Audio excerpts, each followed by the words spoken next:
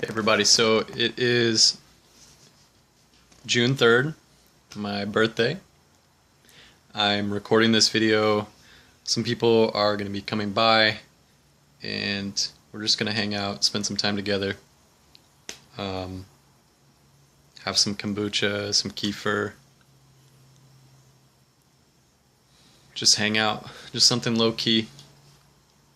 Um, we did go out last night we had some friends together for a birthday party last night. I didn't think I was going to be doing anything tonight, but lo and behold, I feel like being social. Um, Last night was great. It was pretty easy going. Really, nobody drank.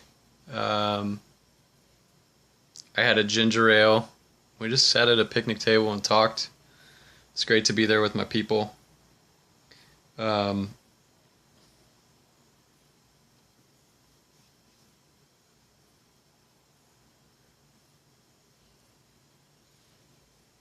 I really don't.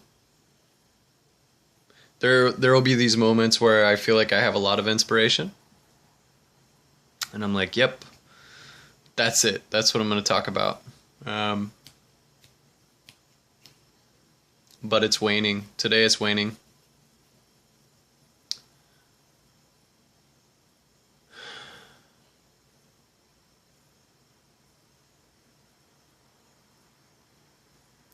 There's something interesting too about having the capacity to create in that way. Like one of the things that one of the things that Megan and I practice in our relationship is each person taking the lead at different times. And we kind of have a natural harmony to that in our relationship. Um, I think a lot of that is attributed to the trust that we have in each other, and um, so while one's leading, the other will follow, and um, we kind of flow well in that way. I have a tendency to assert more than she does, and one of the things that we're training is like, because I don't really like that. Like, I don't like being the one that's like calling all the shots and, here's where we're going to go out to eat and this is what I have planned for the day. And um, it's nice when she takes the lead too. And for her, it's like good training in her life. She's like up for that, and she knows that she would like to be more assertive in a lot of ways. And the whole thing about like being assertive is like, how do you do that without being forceful? Um, and I see that a big part of this training for me is going to be, I'm going to have to assert myself as, like, I'm going to have to assert my identity in the world. Essentially say, like, this is who I am, this is what I do, this is what I provide. And the more cohesive that is, or I just make that up. Like, I make up the more cohesive that is, the more effective I'll be at delivering it. And so right now I'm still, uncovering what that assertion, like what there is to say. I know that I want to talk about a couple of books that have had a significant impact on my life. Huge transformations. One of them is a book called The Heart and the Fist, The Education of a Humanitarian, The Making of a Navy SEAL. It's written by the now governor of Missouri, Eric Greitens. I read this book. Is one of the books that actually like really led to my own like growth and transformation being catalyzed.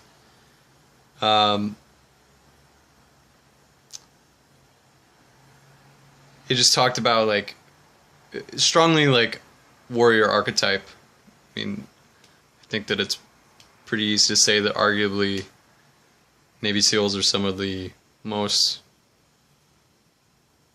they are strong warriors, and that's that warrior archetype like I identify with in a lot of ways.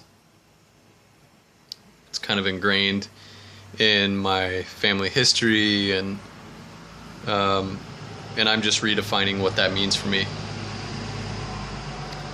because the warrior does have heart, and it's like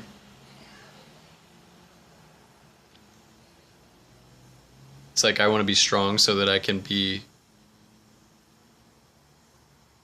strong for people, like strong for others, essentially. Yeah,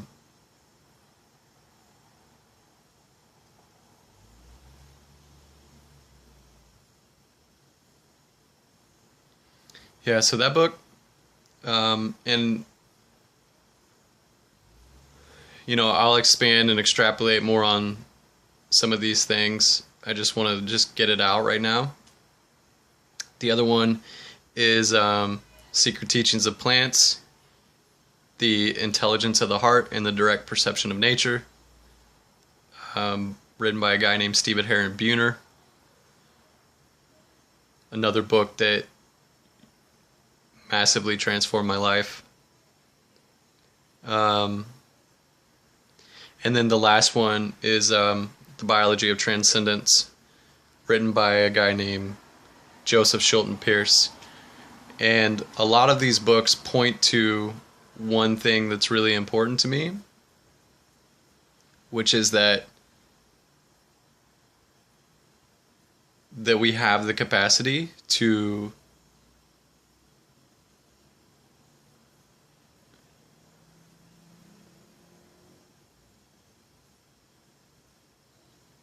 experience and connect with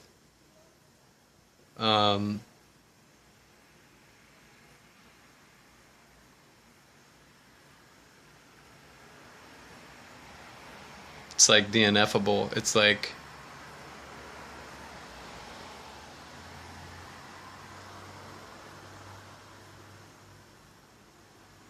almost like a place of where there's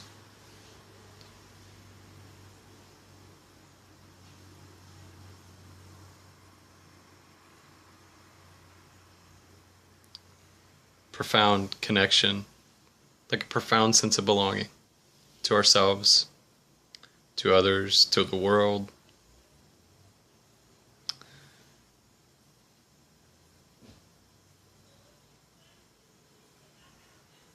A guy that I was that I did some workshops with, he validated this too, where it's like it's better if we lead with our heart and then use our mind as a way to continue to build ways for more and more and more fulfillment. And the kind of fulfillment that I'm talking about is an inward fulfillment.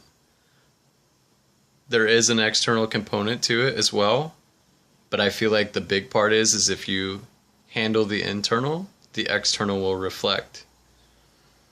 And a lot of these books illustrate that exceptionally well.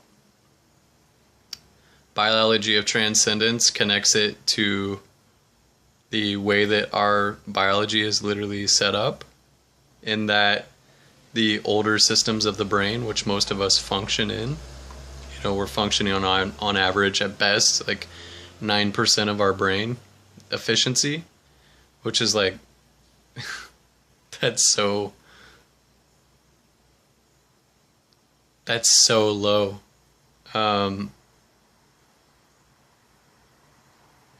we know what a lot of ancient spiritual sects and religious teachings, in some sense, we've connected that in a way that we know that there are direct neurological pathways that connect to the heart, and we know that the heart is an organ of perception, and that even though we try to, you cannot separate things. Like, you cannot separate the individual from the environment any more than you can separate the brain from the heart, or any more that you can separate your toenail from your brain. These things are all connected. You touch them, you feel them, you experience them. You know, it's like, what is that mind-body connection?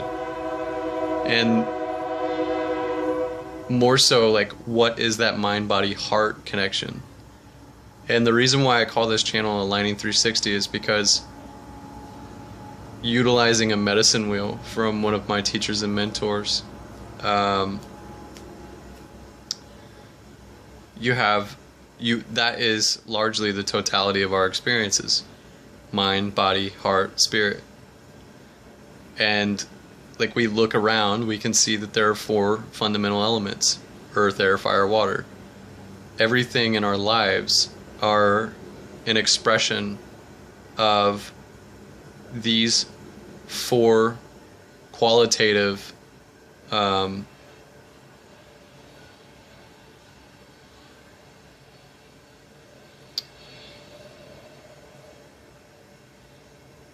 like, I don't know what the word is, like these 4 categories. So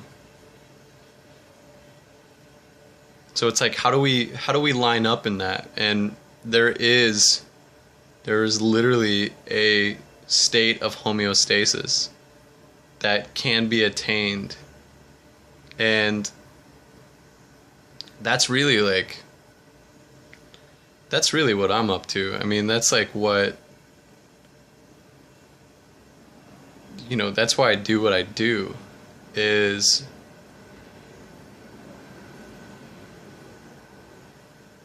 because not only do I know that that state exists, but I also believe that it's our most natural state.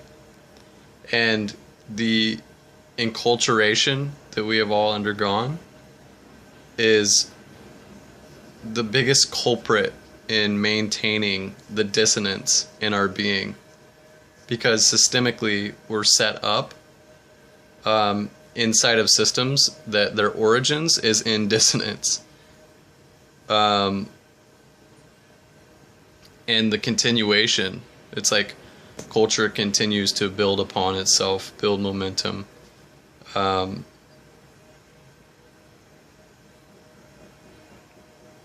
of reminds me of like Prometheus, you know?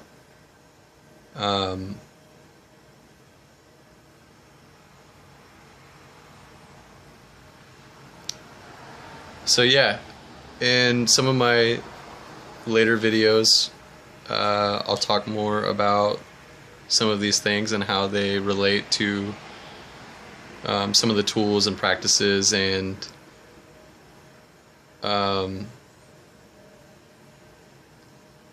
sorry guys, I'm really tired. I'm tired and I'm a little distracted. So thanks for being with all the ums and spaces and straying thoughts and all that. But yeah, I'll just talk more about that stuff in later videos. Just want to get it down, get it out. That's kind of it. You guys enjoy the rest of your evening. I hope it's been wonderful. I'm gonna go socialize and enjoy myself. So, peace.